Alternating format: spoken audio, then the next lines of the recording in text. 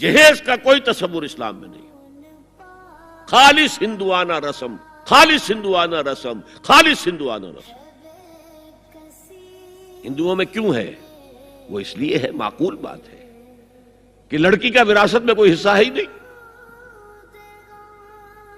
وہ تو جب گھر سے نکل رہی ہے کچھ دے دلا کے رخصت کر دو، دان دہیج یہ خیرات ہے. لڑکی کا حق کوئی نہیں ہے گھر پر. اسلام میں تو لڑکی وارث ہے. والد فوت ہوں گے وراثت تقسیم ہوگی، والدہ فوت ہوں گی کوئی ان کی ہے ملکیت وہ تقسیم ہوگی. شادی کے موقع پر کوئی جہیز اسلام میں نہیں، قطعاً نہیں. غلطی سے حضرت فاطمہ کے جہیز کو جہیز کہہ دیا گیا. وہ جہیز کیا تھا؟ ایک پیسہ بھی حضور کے اپنی جیب سے نہیں تھا. اس شادی میں خاص بات کیا تھی کہ دولہا کے ولی بھی حضور ہی ہے. اور کون ہے؟ علی کا کون تھا مدینے میں؟ اور دلہن کے والد بھی حضور ہے. اب حضور پوچھتے ہیں حضرت علی سے تمہارے پاس مہر دینے کے لیے کچھ ہے؟ عرض کیا میرے پاس تو کچھ نہیں. وہ فقراء صحابہ میں سے تھے.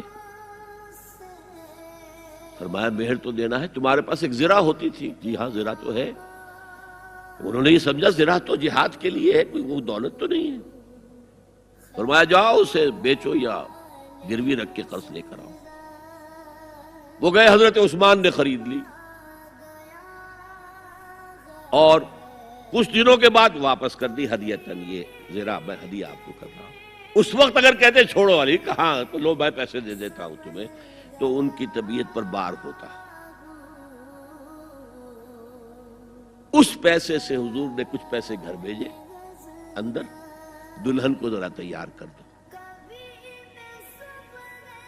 اور کچھ پیسوں سے وہ ایک گدا جس میں کھجور کی کھال بھری ہوئی تھی اور 2 تکیے جس میں کھجور کی کھال بھری ہوئی تھی، ایک مشکیزہ کنویں سے پانی تو لانا ہی ہے نا، ایک چکی جو ہو یا گیہوں ہو پیسنا تو ہے نا، کوئی 1-2 برتن اور. اللہ اللہ خیر صلی اللہ. یہ تھا جسے جہیز کہتے ہیں، جس میں ایک پیسہ بھی حضور کا شامل نہیں ہے. وہ حضرت فاطمہ کا مہر تھا جسے بنایا گیا. ورنہ مدینے ہی میں دوسری آپ کی صاحبزادی کا نکاح حضرت عثمان سے بھی ہوا. کہیں ذکر ہے جہیز کا؟ حضرت عثمان کا گھر بھرا ہوا، ہر چیزیں موجود، وہاں تو جہیز کا تذکرہ نہیں.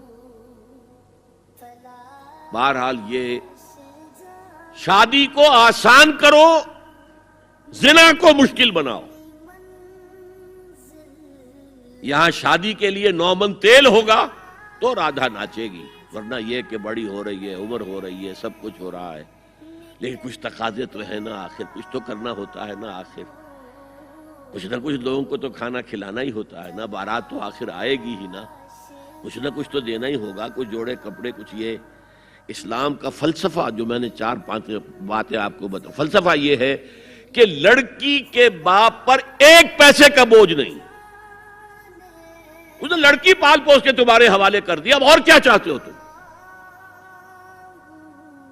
سارا مرد آزماں مرد آفرین، مرد کو چیلنج دیا ہے، تم مرد ہو، مہر تم دو گے. اور سب سے بڑھ کر کیا ہو رہا ہے آج کل بھی ہوتا ہے، وہ ہمارے ایک کچھ کام ہوتے ہیں اسلامی، وہ بھی ہے کچھ وہی ہندوانہ پس منظر. نکاح کی محفل میں چھوارے کون لے کے آتا ہے؟ جی لڑکے والے. اور پلاؤ کن سے کھاتے ہیں؟ بھائی جس کو تمہیں مرغ پلاؤ کھلا رہا ہے وہ چھوارے نہیں بانٹ سکتا تھا؟ یہ ہے اسلام اور غیر اسلام کا امتزاج. چھوارے لڑکے والے لے کر آئیں گے اور پھر دعوت اڑائیں گے لڑکی والوں کی طرف سے.